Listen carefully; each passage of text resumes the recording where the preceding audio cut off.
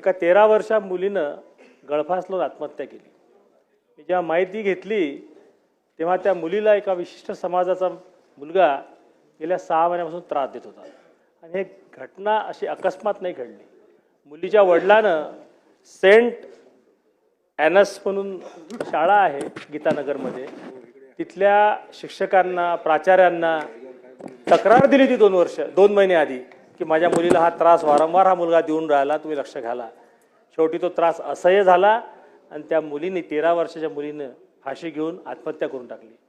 माझी या निमित्तानं फक्त सरकारला विनंती आहे की शालेय शिक्षक मंत्र्यांनी या सेंट ॲन्स शाळेवर कारवाई करून त्यांची मान्यता रद्द करावी, हा एक भाग, आणि ज्या शिक्षकांनी या गोष्टीकडे दुर्लक्ष केलं त्यांच्यावर कारवाई व्हावी, हा दुसरा भाग।